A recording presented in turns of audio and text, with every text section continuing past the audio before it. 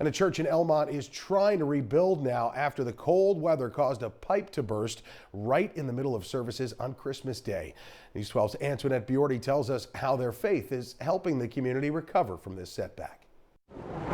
Pop, and then it sounded like a waterfall. That's how Pastor Cecil Matthew explains this. Water pouring out of the ceiling as some parishioners reacted to the chaos. A leak turned into pretty much a mini version of the Niagara Falls. Water started to fill the lobby and then the sanctuary, where Christmas Day services were suddenly interrupted for 150 people.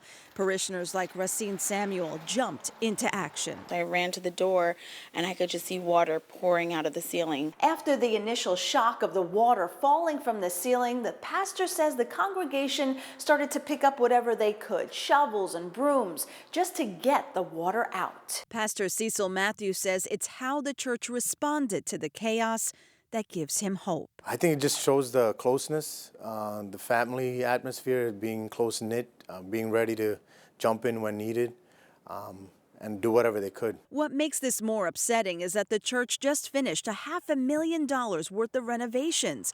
It had started during the height of COVID and finished up in January. So this was their first Christmas Day services in person in over 2 years. There was not a dry eye in the room. Everybody was in tears.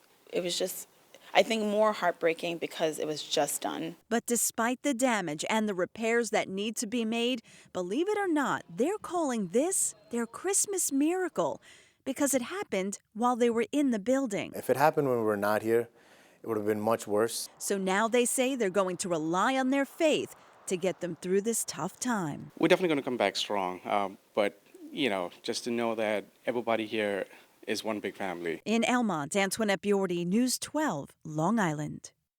And now the pastor estimates it'll be thousands of dollars to make these repairs. And if you'd like to donate to help the church, we have a link on our website at news12.com.